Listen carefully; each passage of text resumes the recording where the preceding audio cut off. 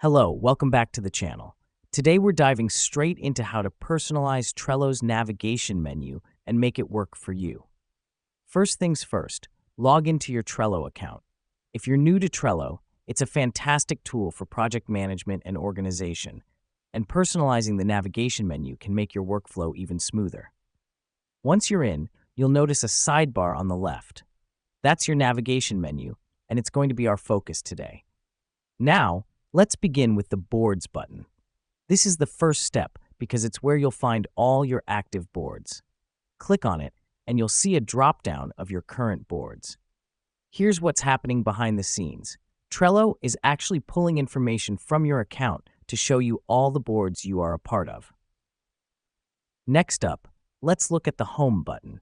You might be wondering why we're focusing on this. The reason we do this is because the Home button is where you can see all your notifications and due dates, making it essential for tracking your tasks. Now that we've done that, let's move on to the Team button. This helps us because it shows us all the teams we're part of and provides easy access to these boards. Click on this button and you'll see a drop-down list of your teams. The last part of our tutorial is the Create button. You can find it at the top of your navigation menu. Here's why this matters.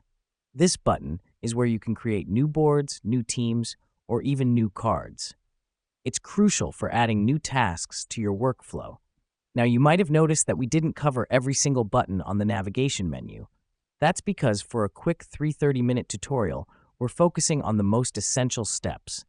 But remember, Trello is highly customizable, so feel free to explore and tailor it to your needs. And there you have it. You've just learned how to personalize Trello's navigation menu to better suit your workflow.